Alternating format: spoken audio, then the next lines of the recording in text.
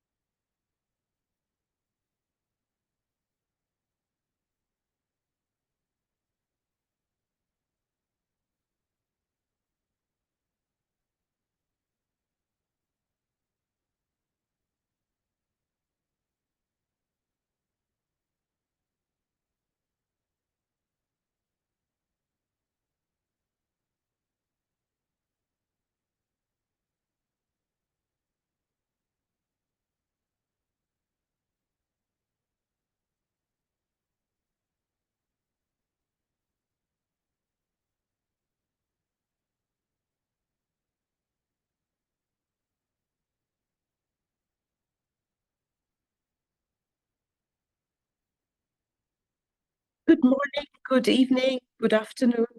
Bonjour à tous et à toutes, ou bonsoir. Nous sommes à Genève, il est 13 heures. Je vais dès lors commencer. Je vous souhaite la bienvenue au webinaire de EpiWin aujourd'hui, qui est le dernier webinaire de l'année. Je souhaite la bienvenue en particulier pour celles et ceux qui nous rejoignent à un fuseau horaire différent et de bien loin, que ce soit très tôt le matin ou très tard en soirée. Merci infiniment. Je suis Supriya Bezaroa, je représente EpiWin. Celles et ceux qui ne connaissent pas EpiWin, c'est le réseau d'information pour les épidémies de l'OMS. Notre objectif est de faire en sorte que la science derrière les urgences de santé soit bien accessible et compréhensible et que l'on puisse aussi la rendre visible sur le terrain. L'idée est d'avoir une réelle incidence dans la vie des populations. Aujourd'hui, nous avons un thème passionnant. Il s'agit de la génomique des agents pathogènes pour les situations d'urgence sanitaire et avec l'accent mis sur le choléra. Sans plus attendre, je me tourne vers la personne qui va présider les discussions, Timothée Dalman, qui vient du centre d'information de l'OMS. C'est une personne de référence en matière de surveillance et de la génomique des agents pathogènes. Et celles et ceux qui connaissent EpiWin et qui connaissent cette famille ont déjà entendu cela, mais EpiWin vraiment veut que vous vous inscriviez dans cette famille. Écrivez-nous dans la messagerie instantanée. Dites-nous qui vous êtes, d'où vous venez. Nous aimerions vraiment savoir qui vous êtes. Bienvenue dans cette famille. Et si vous avez des questions, vous le savez certainement, écrivez-les pas dans la messagerie instantanée, mais dans la section Q&A, questions et réponses. Ce sont deux choses différentes. Toute observation, réflexion est la bienvenue, mais s'il vous plaît, qu'elle soit bien euh, axé sur le sujet qui nous occupe aujourd'hui et aussi des contributions positives et constructives. Nous n'apprécions pas les interventions plutôt négatives ou qui manqueraient un peu de finesse ou de politesse. Alors, je vous invite à partager vos réflexions positives. L'enregistrement de cette séance sera mis en ligne et envoyé à toutes les personnes inscrites. Sachez également qu'il s'agit d'une plateforme de partage des connaissances, de partager les savoirs. Donc, ce n'est pas une formation. Dès lors, nous ne délivrons pas de certificat aux personnes participantes. Toutefois, si vous le demandez, complétez l'enquête qui sera transmise après les webinaires et que vous donnez des informations étayées et non pas uniquement trop succinctes, alors nous pourrions vous envoyer ce type de document. Ceci étant dit, je vous souhaite la bienvenue et nous avons Timothy Delman qui va vous présenter nos orateurs et oratrice du jour. À Timothy, je te donne la parole. Merci, Soupri, merci de nous rejoindre aujourd'hui, surtout dans le cadre de cette série de webinaires sur la génomique des agents pathogènes en situation d'urgence sanitaire et également dans le cadre du réseau international de surveillance des agents pathogènes IPSEN. C'est un réseau international où tous les acteurs en matière de génomique se rencontrent dans le cadre du centre d'information de l'OMS. Cela, pour que tous les pays aient accès aux informations nécessaires concernant la génomique des agents pathogènes, améliorer la précision en matière de santé publique. L'idée de pouvoir accélérer tout l'accès à ces agents pathogènes et surtout à la génomique de ces agents pathogènes et que cela permette de prendre des décisions au niveau nécessaire. L'objectif est d'avoir un forum avec des experts fondés sur les faits qui permettrait de mieux réagir à toutes les flambées et voir comment la génomique des agents pathogènes peut venir en renfort aux prises de décision. C'est là l'objectif de ce type de webinaire. Il s'agit d'aider les pays à développer des activités dédiées. Et c'est la deuxième fois que nous parlons du choléra. C'est une urgence sanitaire. En janvier 2023 a été qualifiée en tant que telle. Et aujourd'hui, il s'agit de comprendre quelles sont les dynamiques de transmission de choléra à l'échelle régionale et internationale et aussi d'améliorer les systèmes de surveillance. Et sans plus attendre, permettez-moi de vous présenter notre premier orateur de l'Institut Pasteur, professeur Xavier Houvel, de l'unité de pathogènes matériels entériques et qui étudie notamment le vibrion cholérique. Il a modifié il y a quelques années les systèmes d'analyse en laboratoire et a permis aussi de mieux comprendre les structures communautaires et comment se transmettent ces pathogènes, en particulier pour ce qui est trait au bacille vibron colérique. À vous. Merci, Tim. Est-ce que vous m'entendez? Pouvons-nous projeter ma présentation?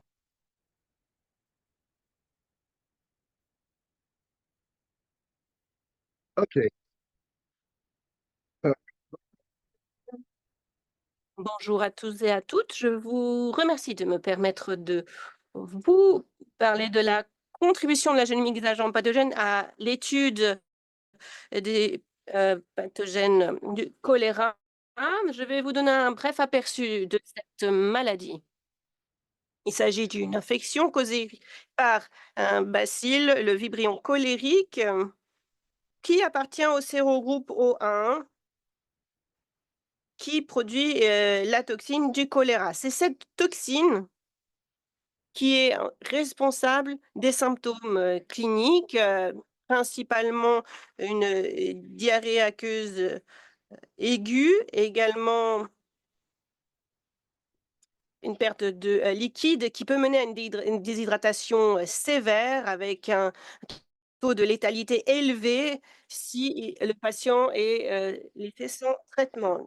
Première priorité, première intention de traitement, la réhydratation, bien souvent assortie d'antibiotiques.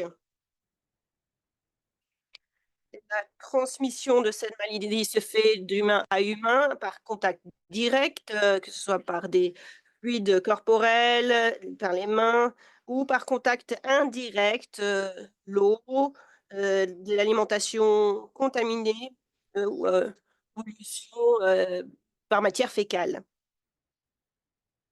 Et ce sont des flambées explosives que l'on voit dans des contextes, plus particuliers, je pense aux guerres, conflits, hem, civils et aussi les rassemblements de humains élevés, les camps de réfugiés où il y a, pas suffisamment de systèmes d'assainissement.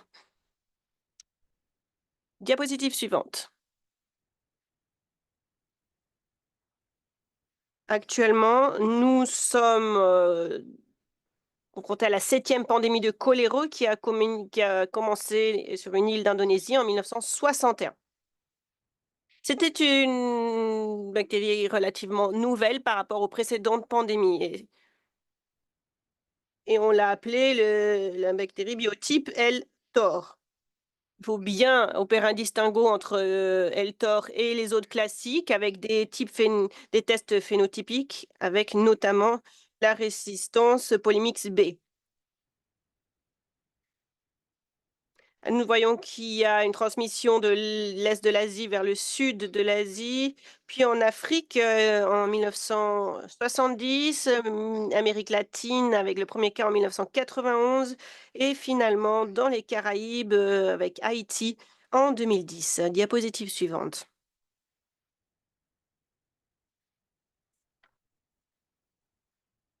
La pandémie est très active actuellement.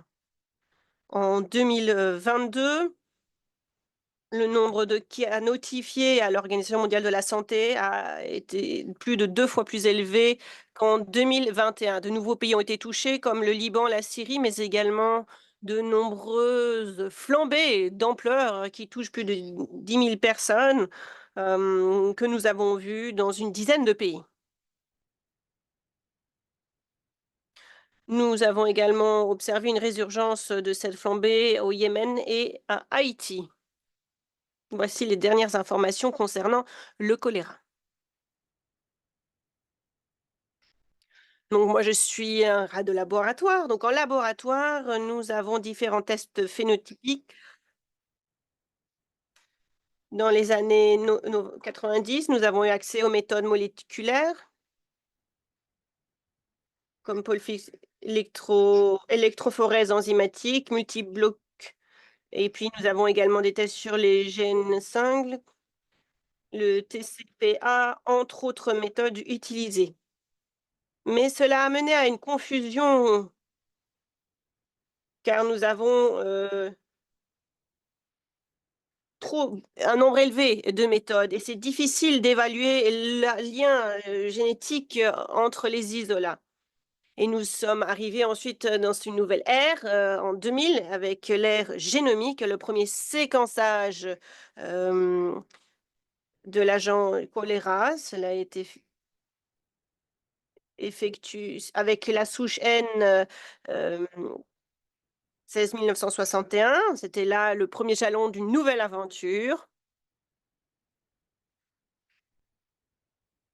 Mais il a fallu aussi arriver à un séquençage rapide pour que nous puissions analyser plusieurs isolats.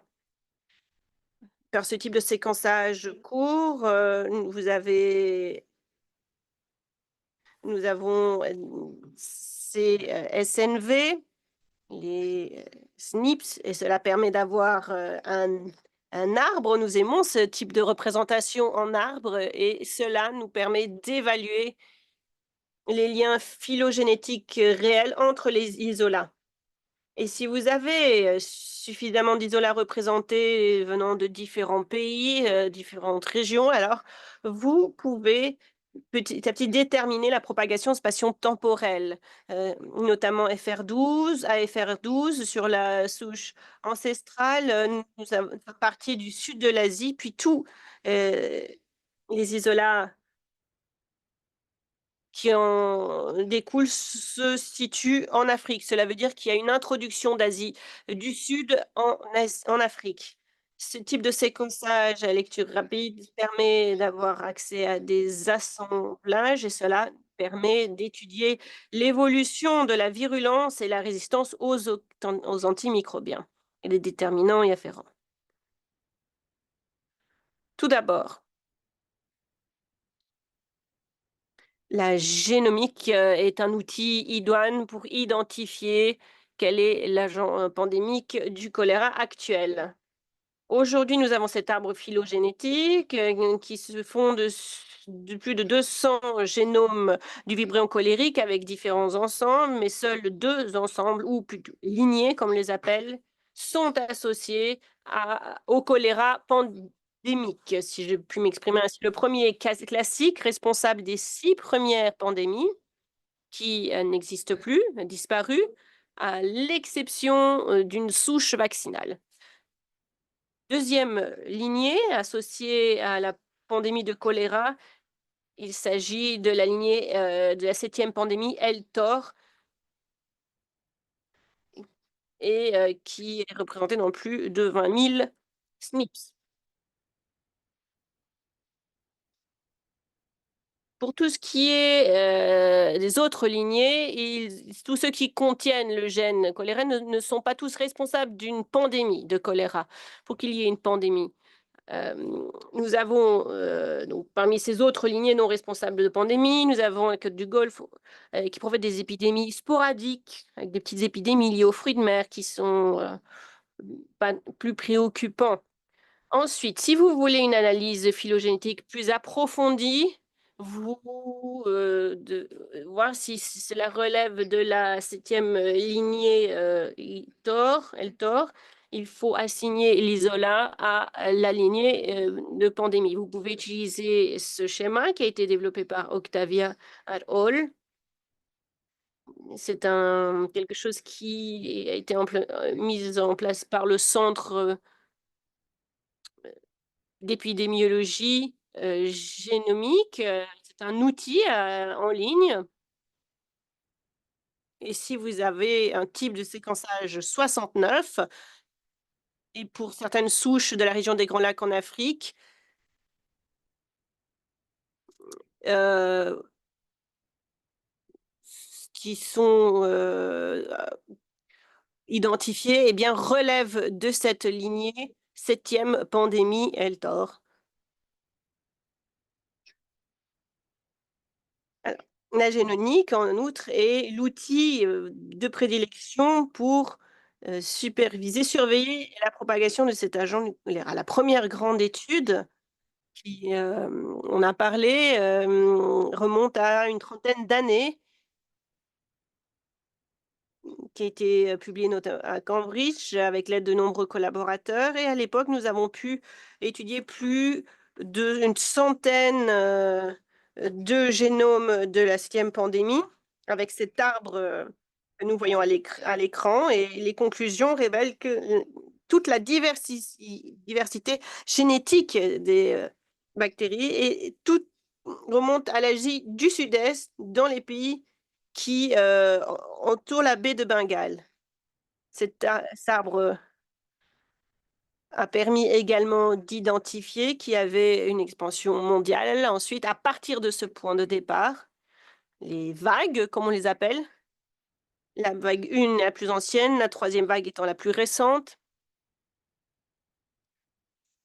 Et en localisant cet isolat, nous avons pu voir qu'il y a une transmission intercontinentale au Pérou en 1991, qui venait d'Afrique de l'Ouest, ou la flambée en Haïti en 2010 avec un bacille qui venait d'Asie du Sud. Première étude a révélé cela, l'ampleur de la propagation. Diapositive suivante. Ensuite, il y a eu des études qui ont concerné certains continents plus précisément. Nous avons ici l'Afrique. Ce que l'on sait du choléra en Afrique, c'est que cela a commencé à l'été des années 70 dans 2 lieux différents en Afrique de l'Ouest, en Guinée et en Afrique du Nord. Ensuite, le choléra a été identifié en novembre dans la Corne de l'Afrique et puis en 71, nous l'avons identifié en Angola. C'était relativement simple de suivre cette maladie au début puisque c'était une maladie relativement nouvelle, mais après quelques années, les méthodes d'analyse laboratoire n'étaient pas suffisamment discriminantes pour pouvoir suivre cette propagation. Et le choléra est resté sur ce continent depuis les années 70. Nous avons une autre étude génomique d'ampleur qui concerne plus d'un millier de génomes, y compris plus de 600 venant d'Afrique, qui ont été collectés entre 1970 et 2014 auprès de 45 pays. Et lorsque vous regardez l'arbre phylogénétique, Vous voyez les couleurs qui sont ventilées par région. En brun, en marron, vous voyez, c'est ce qui concerne l'Afrique. Et on voit l'introduction du bacille on- qui vient d'Asie du Sud en Afrique. T9, par exemple, 9e événement d'introduction, on voit que la souche ancestrale est en vert. Et puis ensuite, toutes les lignées suivantes, tous les descendants, si je puis dire, sont en brun. Cela veut dire que le choléra persiste en Afrique, certes, mais ce n'est pas la même sous-lignée. Nous avons découvert aujourd'hui qu'il y a eu au moins 11 introductions, nous en sommes à plus de 14 aujourd'hui, qui viennent d'Asie du Sud en Afrique, à peu près tous les 6 ans, dans deux régions différentes, Afrique de l'Ouest versus Afrique de l'Est. Lors de la première introduction, le Moyen-Orient était le vivier de propagation. Ce n'est plus le cas. Et puis, nous avons des sous-lignées qui ont circulé jusqu'à 28 ans, qui petit à petit sont éteintes et sont remplacées par de nouvelles sous-lignées qui nous viennent d'Asie du Sud. Dernier point, hem, qui prouve la pertinence de la génomique, étudier la résistance aux antimicrobiens dans le cadre du choléra.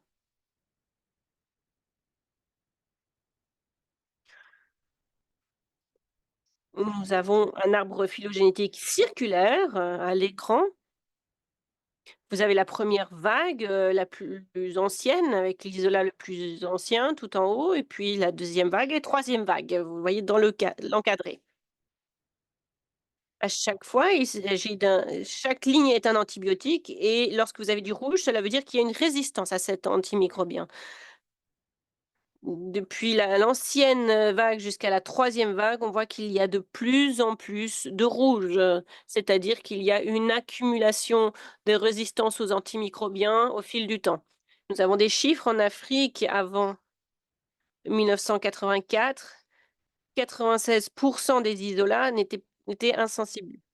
Mais après les années 2000, nous sommes à 0.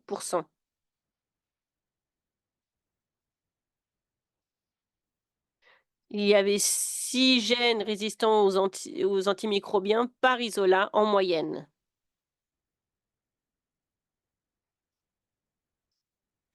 La génomique est essentielle pour comprendre le mécanisme de la résistance aux antimicrobiens. Nous avons le même arbre circulaire et il s'agit plutôt ici de comprendre le mécanisme de résistance.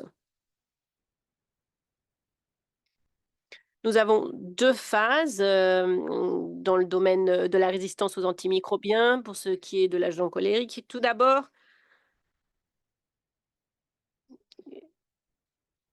le groupe des plasmides, l'incompatibilité C. Mais après les années 80, nous avons vu de plus en plus de déterminants chromosomiques avec les îles génomiques, l'élément 100 Kb, puis nous avons des variants, 5 variants, notamment l'ACE-VCH, IN5. Vous voyez que l'ensemble des isolats dans cet arbre circulaire contient cet agent. On voit de plus en plus de points de mutation dans certains gènes, GIRA et PARC, résistants au quinolone, ou NFSA, NFSB, résistants au nitrofuran. Diapositive suivante. Ce qui peut être fait relativement facilement dans vos laboratoires, c'est d'identifier les gènes RAM et les gènes acquis, car vous avez accès à ces outils en ligne comme ResFinder. Vous voyez une capture d'écran qui le montre, qui permet d'avoir les résultats pour 2 souches. Tout d'abord, ICE complet et puis la version euh, avec suppression 10 KB. Donc, vous avez accès à ces outils en ligne. Pour ce qui est des mutations de points chromosomales, cela concerne certains gènes concernant la résistance au quinolone, nitrofuran ou également ce qu'on appelle la restauration de la susceptibilité polymyxine B. Pour ce qui est des structures RAM, c'est plus difficile pour ces gènes, comme l'élément SXT, GI15, plasmide INC. Il y a différentes références de séquençage et bien souvent, il vous faudra des séquençages à lecture longue. Il vous faut être expert hein, de ces gènes, car avec ces outils, vous pouvez être confronté, par exemple, au KB9 qui ne peuvent pas être encodés de la même manière. Et vous pouvez avoir quelque chose qui est un point de mutation qui n'est pas associé à une résistance aux antimicrobiens ou RAM. Il faut s'assurer également que votre séquençage génomique n'est pas contaminé par d'autres espèces. Diapositive suivante.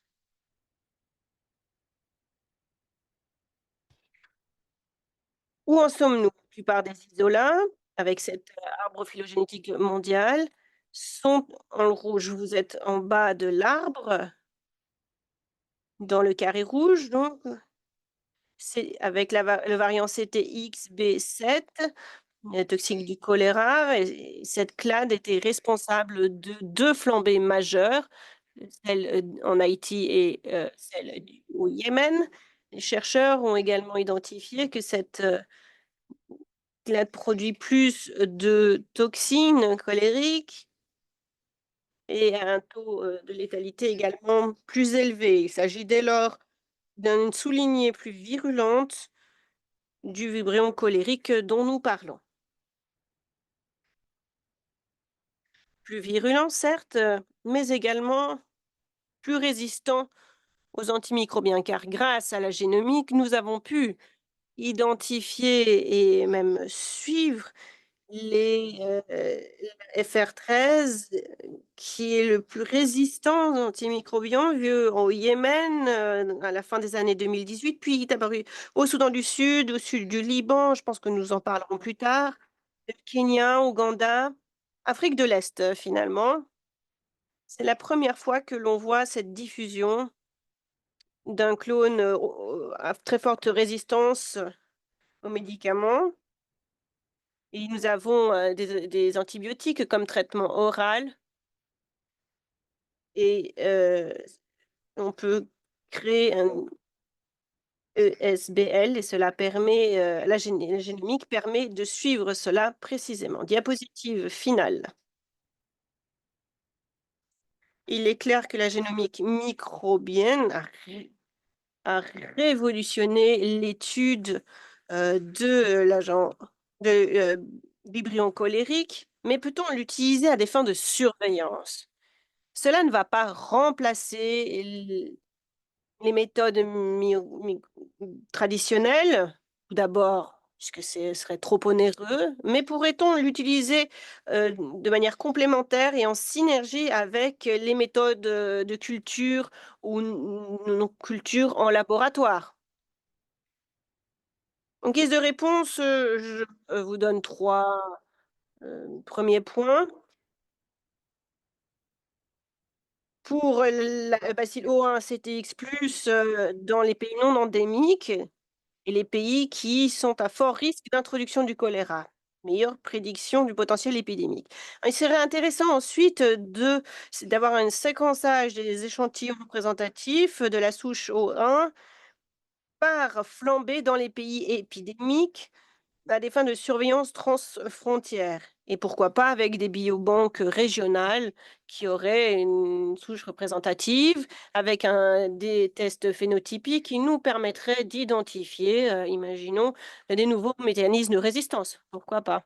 Et également continuer à mettre à jour nos outils génomiques. Enfin, on pourrait séquencer d'une flambée il y a une évolution de cette bacille, notamment au Yémen, avec de nouveaux schémas de résistance qui apparaîtraient?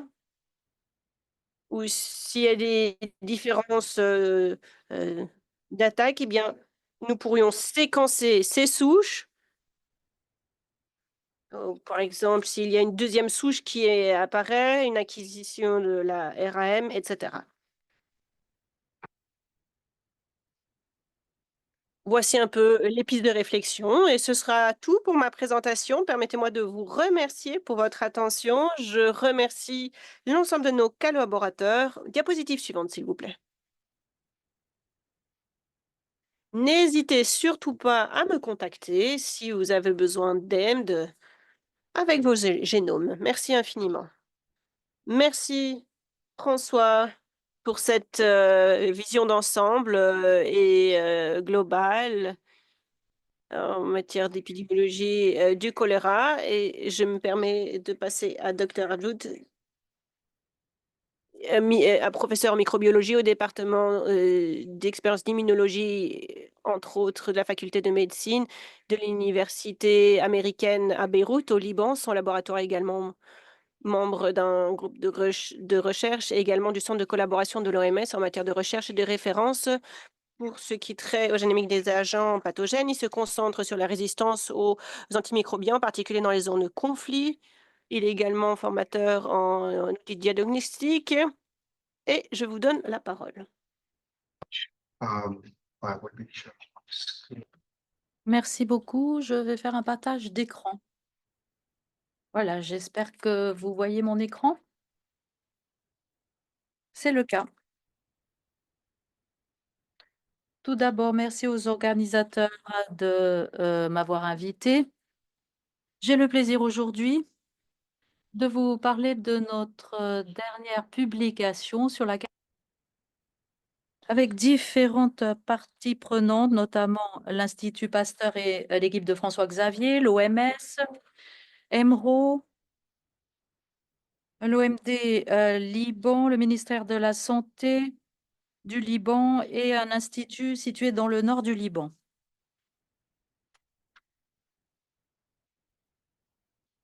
François Xavier a déjà présenté son travail, alors je me bornerai à vous présenter le Liban pour ceux qui ne le connaîtraient pas. C'est un pays situé au bord de la Méditerranée, avec à l'ouest la Méditerranée, nord et est Syrie et sud territoire palestinien. Et les territoires occupés. Le Liban et les territoires occupés ont traversé une période extrêmement difficile ces dernières années et ont été victimes de flambées de choléra. Nous avons une côte très belle.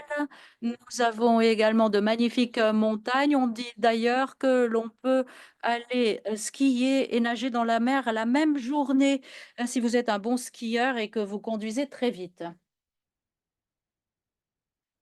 En 2022, nous avons reçu un échantillon au laboratoire. Notre ministre de la Santé nous a demandé de le tester pour le choléra. Le jour suivant, nous avons confirmé, suite à une culture, qu'il s'agissait du type 0 Ogawa, choléra type 1.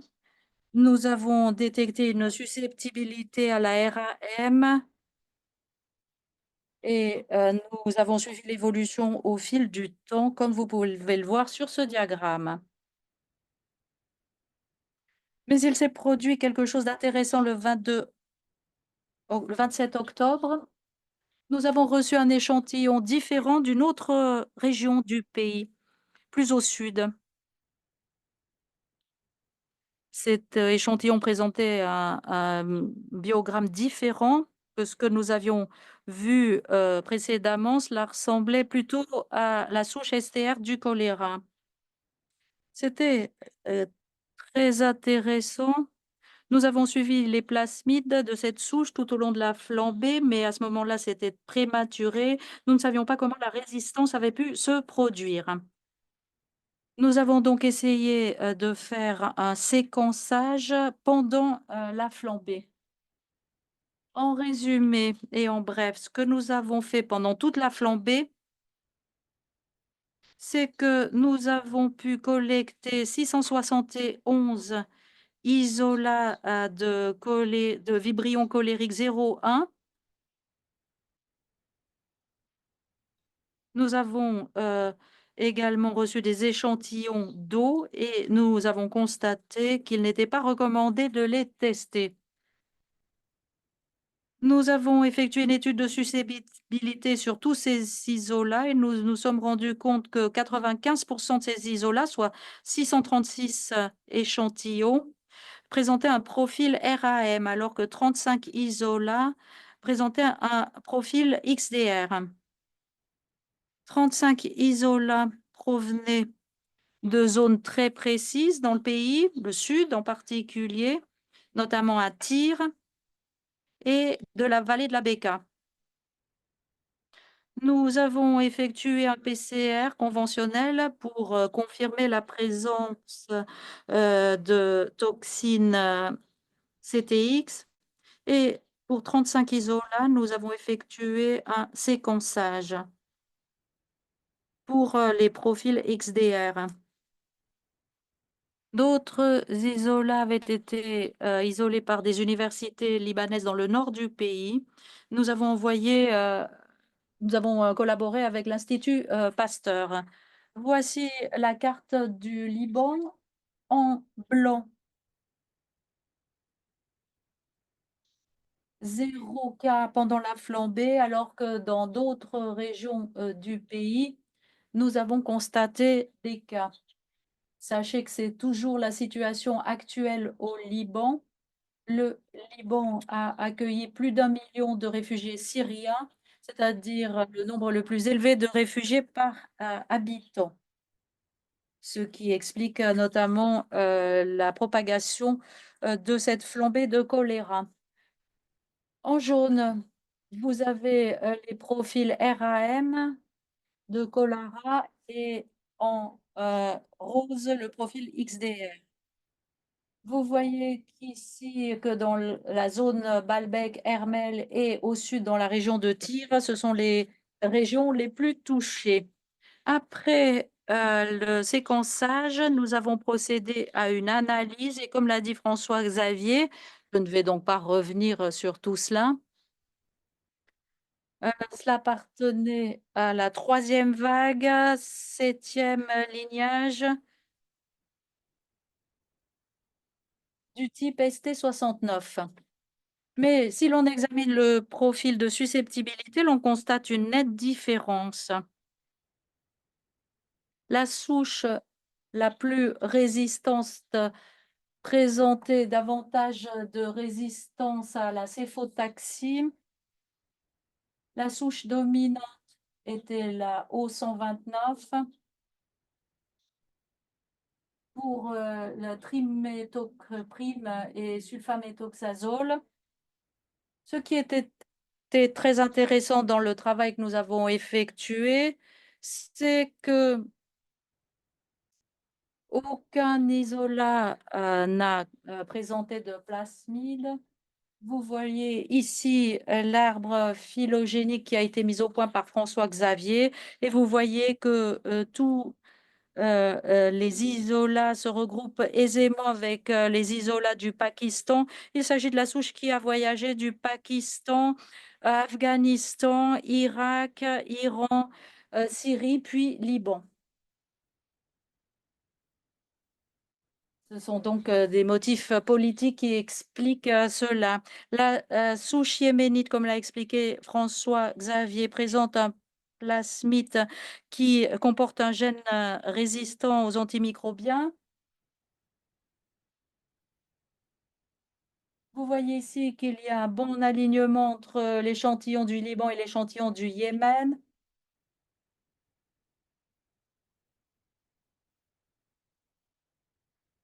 Sur le cercle extérieur, vous voyez un gène qui est responsable. Nous avons plusieurs autres types de gènes également.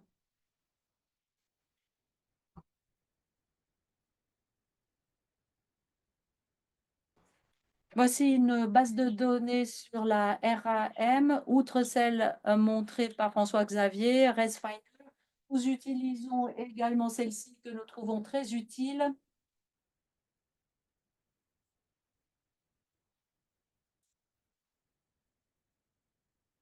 Nous avons pu faire un alignement sur ce que nous avons constaté et, les gènes correspondants. Cependant, si l'on procède dans l'autre sens, c'est-à-dire de génotype à phénotype, lorsque l'on examine tous les gènes, tous les gènes présents ne correspondent pas forcément aux antibiotiques auxquels ils sont résistants. Par exemple, ici, le vibrion colérique contient le VAR G qui est résistant au carbapénème, mais nous ne savons pas s'il est sensible à ce type. Il existe une souche dans le VAR G qui le rend inactif, qui maintient à un bas niveau la sensibilité au carbapénème, mais si l'on n'a pas d'autres informations, il est difficile de se prononcer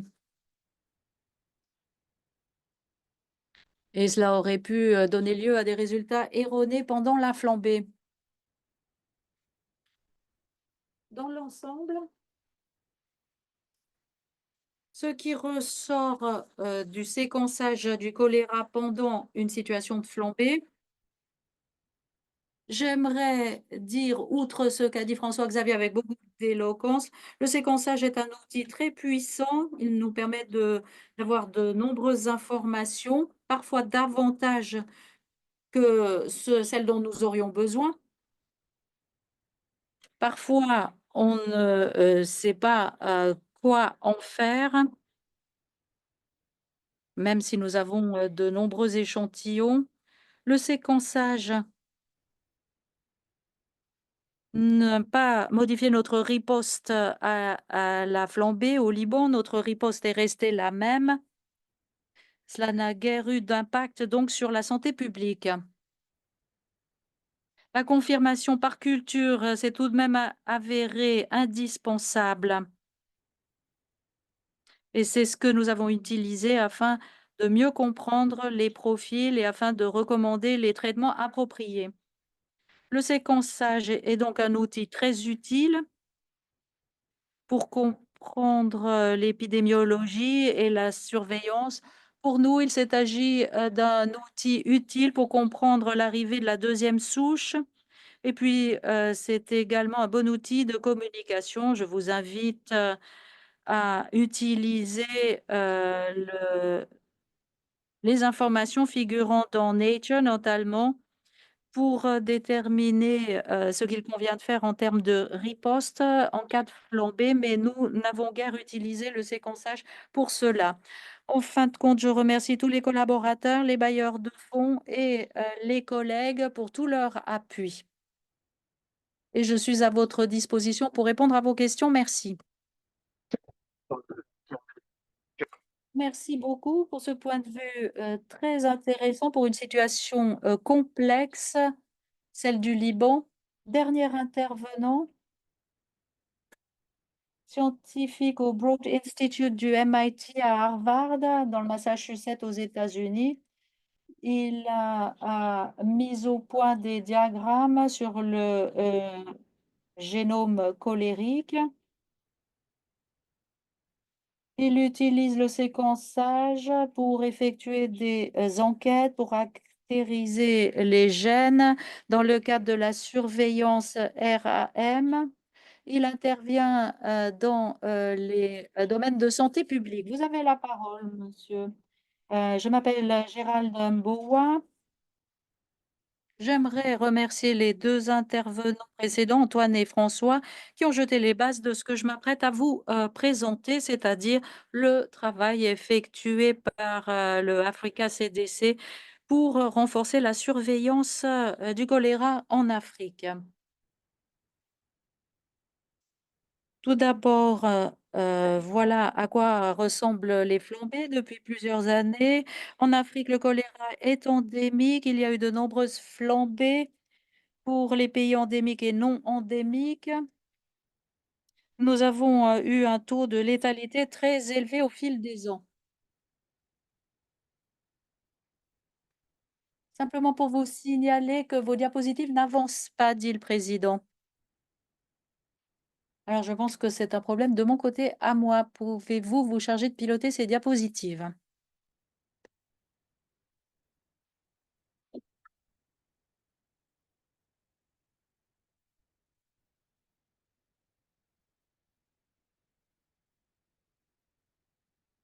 Sabrina, can you share Joe's presentation, please?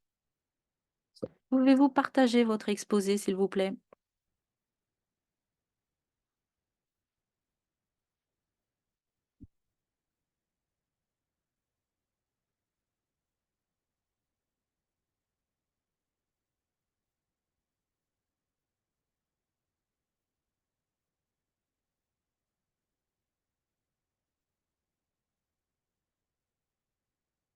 Can I try again and see if Supreme? Yeah, please go ahead.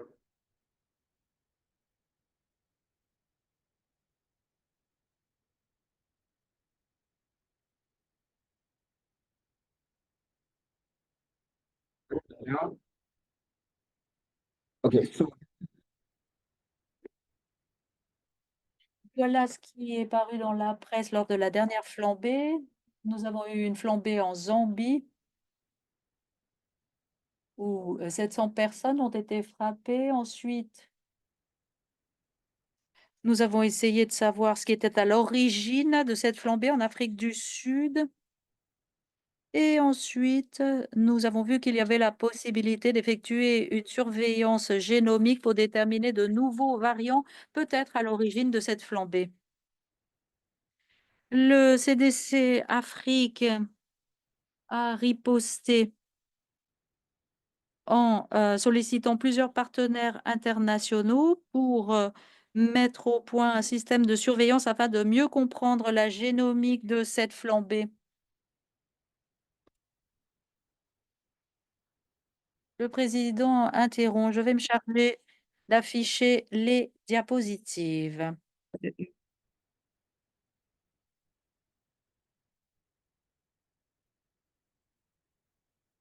Can you see it now? yeah, we can see. Can I have Did it? I'll tell you. Yes. Voici donc ce que le CDC africain a mis au point, une sorte de consortium chargé d'analyser la génomique de la flambée afin de comprendre le système de propagation, afin de pouvoir mettre au point une stratégie en matière de vaccination et afin de déterminer les capacités génomiques, de bien comprendre les problèmes, comment cela peut avoir une incidence sur la politique et une incidence sur la transmission transfrontière. Voici à quoi ressemble le consortium.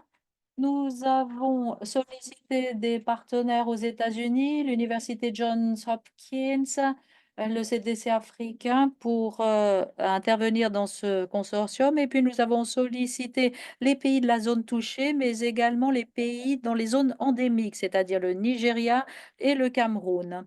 Vous voyez clairement que chacun de ces pays partage des frontières avec ces différentes zones, Cameroun, Zambie, Malawi, Mozambique.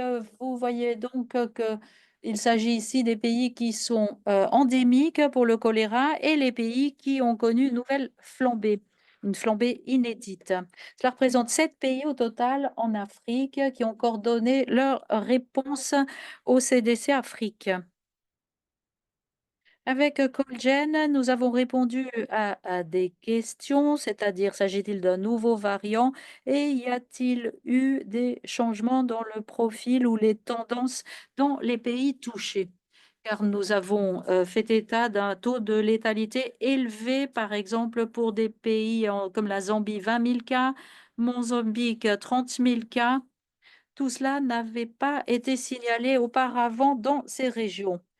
Nous avons utilisé la surveillance génomique pour trouver des tendances de résistance antimicrobienne pour mieux comprendre également la transmission transfrontière.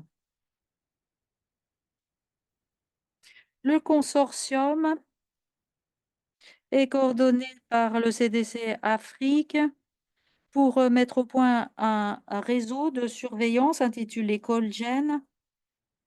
Et pour déterminer ou pour utiliser les capacités utilisées pendant la pandémie de Covid-19 en Afrique, Plus de 1000 gènes sont en cours de séquençage dans 7 pays. Certains proviennent des flambées précédentes dans les différents pays, mais nous avons beaucoup de chance étant donné que nous avons de nouveaux pays qui signalent de nouveaux cas. Je veux parler de la Zambie, du Malawi et du Mozambique qui contribuent depuis peu à ce système de surveillance génomique. L'objectif est de renforcer les capacités de surveillance des gènes du cancer en Afrique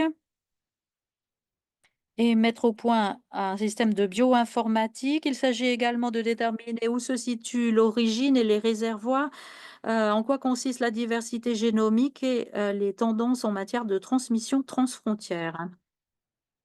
Nous avons organisé une première formation au mois de septembre de l'année dernière avec la Chine. Nous avons pu former les différents laboratoires participants au Colgène.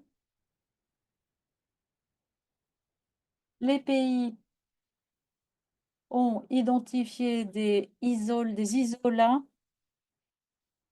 et ce depuis 2019. Comme l'indiquait François Xavier, il est important de pouvoir analyser les 631 isolats provenant d'Afrique et qui remontaient pour certains à 2019. Nous avons donc commencé l'analyse depuis 2019. À l'époque, c'était la COVID-19 qui était le principal sujet de préoccupation pour ces pays.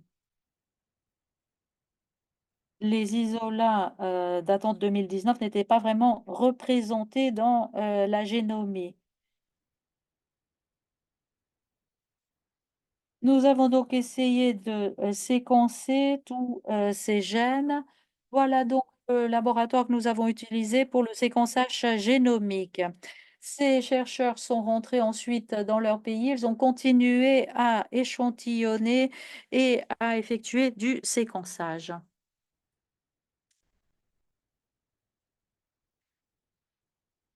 Ici, vous avez le centre d'analyse biomédicale. Nous essayons d'analyser les différents échantillons. Notre objectif était de séquencer à peu près 1000 échantillons. Nous avons essayé d'effectuer au mieux la coordination entre ces 7 pays qui ont été rassemblés en un seul endroit pour procéder à l'analyse de leurs propres échantillons, mais également des échantillons des autres pays. Nous avons donc essayé de faire de notre mieux pour séquencer ces génomes afin que cela puisse être utile dans les différents pays.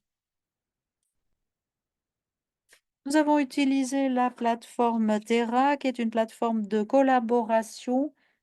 Il s'agit d'un seul écosystème où chacun de ces pays peut ensuite téléverser les échantillons sur cette plateforme et ensuite on coordonne la formation. Nous avons tenu la première formation en personne à Addis Abeba où l'on a appris à utiliser la plateforme. Ainsi, les chercheurs, une fois rentrés dans leur pays, ont pu téléverser les informations sur Terra, ce qui a permis ensuite de procéder à l'analyse des échantillons de ces pays. Cela a permis également de fusionner les plus de 700 isolats afin qu'ils figurent dans le même écosystème. Cela nous a permis de savoir comment se déroulait la transmission transfrontière et également entre les différents pays.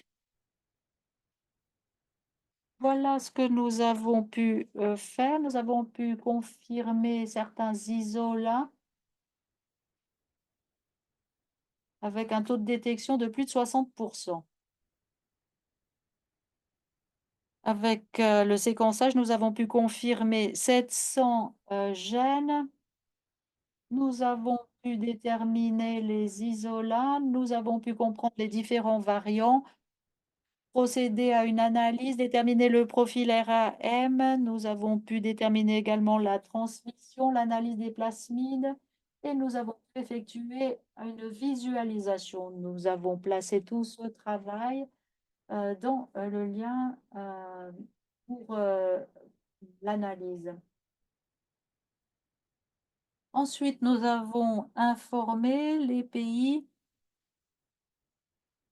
Nous avons donc sollicité à nouveau les mêmes pays pour les rassembler au sein d'un atelier qui nous a permis de les informer des résultats de ces analyses. Nous avons essayé de faire en sorte qu'ils puissent mieux comprendre ce que la génomique pouvait leur offrir en termes de prévention et de lutte contre le choléra à leurs frontières. Tout cela a eu lieu une fois encore au siège du CDC Africa à Addis Abeba. Qu'avons-nous pu accomplir? Nous avons sollicité des experts locaux en Afrique afin qu'ils procèdent à l'analyse génomique. Nous avons pu mieux comprendre la transmission transfrontière. Nous avons pu informer la riposte des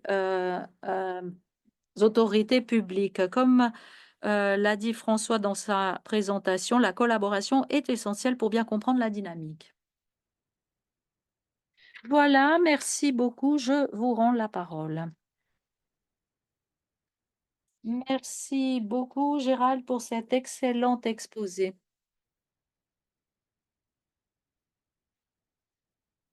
Je remercie tous les intervenants et je rends la parole à Nadia Vauquier, qui coordonne l'équipe à Genève et qui coordonne l'équipe d'experts sur le choléra. Nous allons pouvoir ouvrir la séance de questions-réponses. Combien de temps avons-nous pour ces questions-réponses? 5 minutes.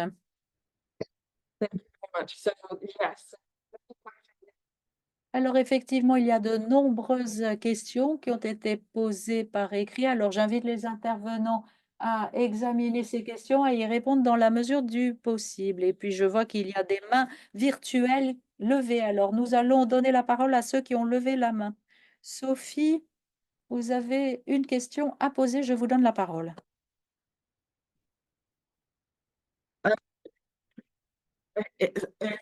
Could you please out the question because Pourriez-vous nous donner lecture de la question car sinon les intervenants ne pourront pas les lire. Très bien. Une question adressée à François Xavier. Merci pour cet exposé intéressant. Que signifient les résultats que vous nous avez présentés pour les réservoirs environnementaux du choléra? Avez-vous un commentaire? Like, 5 minutes is 5 minutes, je crains que cela ne suffise pas. Nous pouvons dépasser un petit peu, pas de problème. François Xavier. En ce qui concerne l'échantillonnage, des mois, voire des années après la fin d'une flambée, on ne trouve plus les mêmes vibrions colériques. On en trouve peut-être d'autres, mais pas ceux qui étaient responsables de la flambée.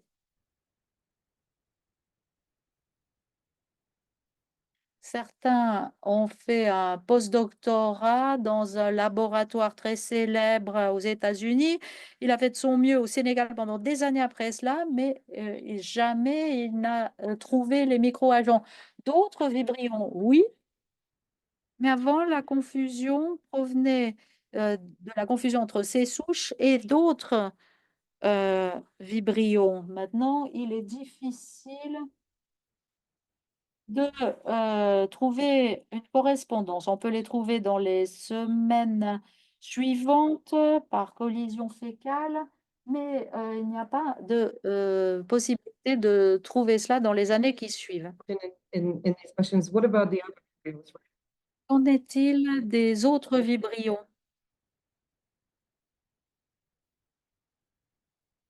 Représente-t-il le potentiel de créer de nouvelles flambées? we might analyze our species. Ce n'est pas le thème de cette séance. On pourra en organiser une autre sur ce point, mais là, l'épidémiologie est différente.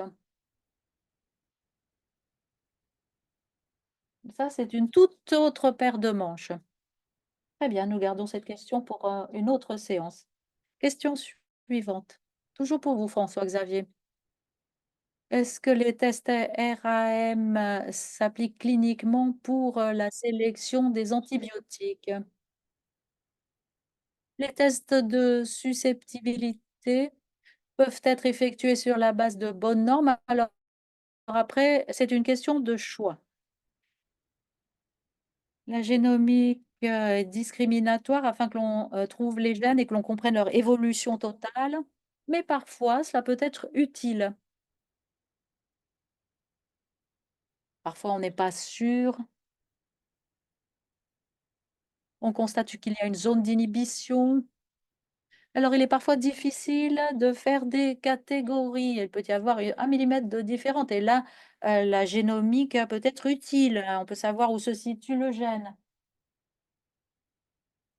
Mais la susceptibilité antimicrobienne, ça, c'est une bonne méthode de test pour servir de base au traitement clinique. La génomique, cela sert à savoir où l'on en est, mais cela ne permet pas de déterminer le traitement. Absolutely.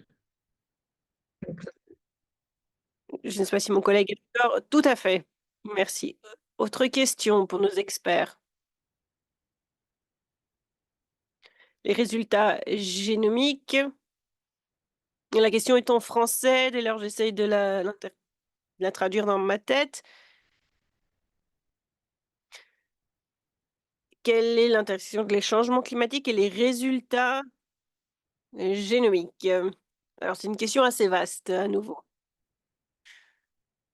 Les changements climatiques peuvent provoquer des sécheresses, des inondations qui provoquent de grands rassemblements d'êtres humains, ce qui peut avoir une incidence importante et directe sur le choléra. Mais sur la génomique en tant que telle, c'est autre chose. Très bien. Docteur Gérald, il y avait une question pour vous. Je vous invite à la lire dans la section questions et réponses. Pourquoi Zimbabwe, l'Afrique du Sud ne participe pas à l'enquête du fait des récentes flambées? Est-ce qu'il y a une révision des schémas génomiques et de la résistance RM au Nigeria? Il y a des flambées spécifiques au nord du Nigeria. Est-ce que vous pourriez peut-être rebondir sur ce point? Très bien, oui. Pour ce qui est trait au Nigeria, nous continuons à faire des échantillons prospectifs notamment, et il y a beaucoup qui a été fait en matière de renforcement des capacités dans la région, dans surtout les zones où il y a soit une flambée en cours, et on accroît les capacités en génomique, et l'Afrique du Sud en fait partie. Alors, en Zambie, Mozambique, voilà, la portée est quelque peu différente. C'est peut-être pour cela que la taille de la flambée fait qu'il ne fasse pas partie de ce consortium. Merci. Y a-t-il Il y a une autre question, le pourcentage de XDR, ultra-résistance. euh, Quelle est en fait la portée? Y a-t-il un chiffre? Peut-être François-Xavier, vous en avez parlé dans votre exposé. Oui, nous surveillons la propagation du clone XDR, mais nous n'avons pas de chiffre précis. Ce qui pourrait être fait, c'est lorsqu'il y a une notification de cas de choléra à l'OMS, on ne fait pas de notification sur les caractéristiques de la souche. Donc, pour la souche, nous avons une surveillance des voyageurs en Europe. Lorsque j'ai parlé du Kenya, il y avait 3 voyageurs du Royaume-Uni, France et Belgique qui ont été à Nairobi en 2023. Et lorsque vous regardez les données, ce sont les cas notifiés par le Kenya, mais on ne sait pas quel est le nombre de cas avec cette souche-là en particulier et les différents schémas de résistance. C'est assez impossible à dire. À l'avenir, nous pourrions notifier des cas ayant des et certaines caractéristiques de la souche concernée. Oui, cela commence tout juste, ce serait intéressant. Très bien, vous posez cette question importante du partage des données et à quel point on ne peut pas avoir accès à ces informations à moins que l'on divulgue les données nécessaires. Et merci de rappeler cela, c'est important. Il y a une autre question concernant les vaccins. Les vaccins. Les génomiques, les vaccins anticolériques oraux.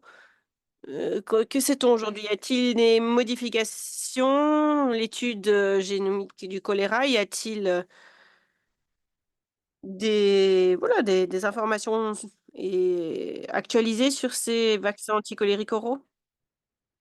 Je peux proposer une réponse. Nous savons que la génomique a été importante pour l'élaboration des vaccins contre la COVID-19. Pour les maladies virales, c'est une chose, mais qu'en est-il des maladies bactériennes? Nous verrons le rôle de la génomique pour ce qui est du développement de vaccins contre les bactéries. Je pense que nous atteindrons ce point, mais ce n'est pas le cas encore. Aujourd'hui, il faut continuer à collecter ces données génomiques quand c'est possible. Ne pas utiliser les données génomiques dans le cas de flambée de choléra, mais utiliser plutôt les systèmes de surveillance et étudier bien l'épidémiologie de tout ce qui circule, collecter les données nécessaires, les mettre à disposition plus tard pour que nous puissions élaborer de nouveaux vaccins si besoin. Nous savons que les vaccins anticolériques oraux actuels qui existent sont efficaces contre toutes les souches qui circulent. Ce n'est pas cette question de plus ou moins de résistance aux antimicrobiens. Il couvre l'ensemble des variants. Merci pour cette précision. Une question pour Antoine. Je crois que vous avez déjà apporté des réponses. Les raisons politiques à l'origine de cette flambée au Liban. Oui, très bien. Je pourrais apporter des compléments d'information dans la messagerie instantanée. Très bien, merci infiniment. Je sais qu'il y a nombre d'autres questions, Tim, mais je crois que nous avons voilà, répondu dans les grandes lignes aux points saillants. Nous aurions besoin d'une heure supplémentaire, évidemment, pour poursuivre le débat. Souhaitez-vous que je continue? Oui, nous pouvons passer à la conclusion. Très bien. Merci, et je remercie sincèrement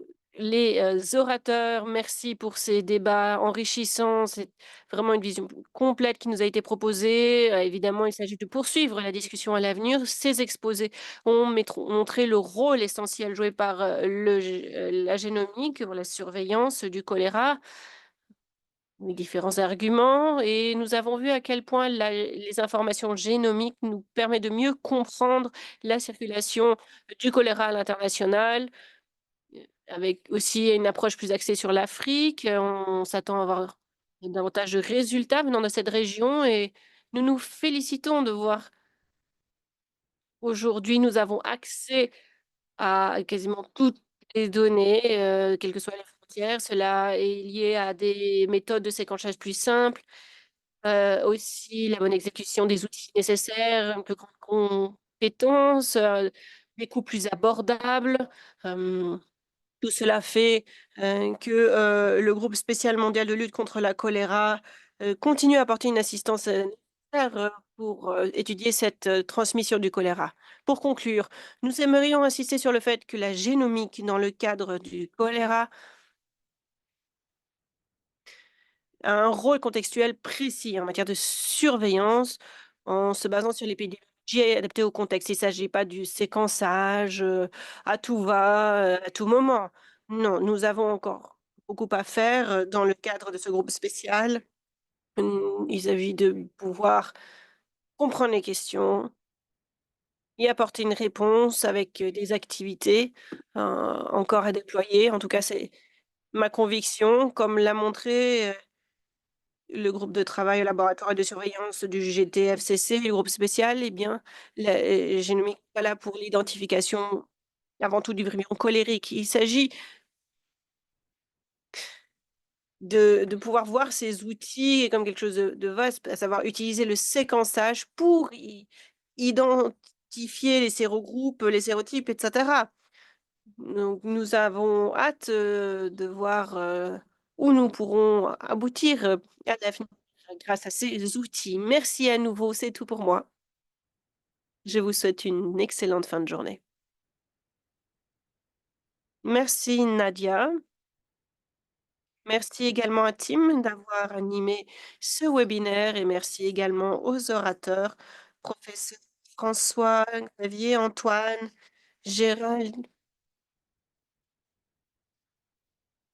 et à l'ensemble des participants et participantes. Je vois tous les emojis qui nous parviennent. Il y a à peu près une cinquantaine de questions qui ont été posées, autant d'observations dans la messagerie instantanée. Dès lors, merci pour votre participation.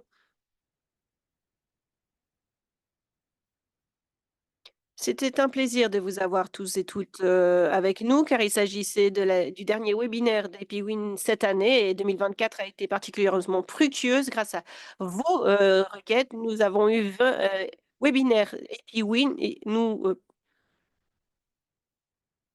en avons eu 10 de plus qu'attendu. Nous vous donnons rendez-vous l'année prochaine. Après la mi-janvier, nous proposerons le programme. D'ici là, nous vous souhaitons une très bonne fin d'année pour celles et ceux qui fêtent Noël. Joyeux Noël et également une très bonne nouvelle année 2025. Rendez-vous à l'année prochaine et merci au nom de toute l'équipe EpiWin. Au revoir. Bye.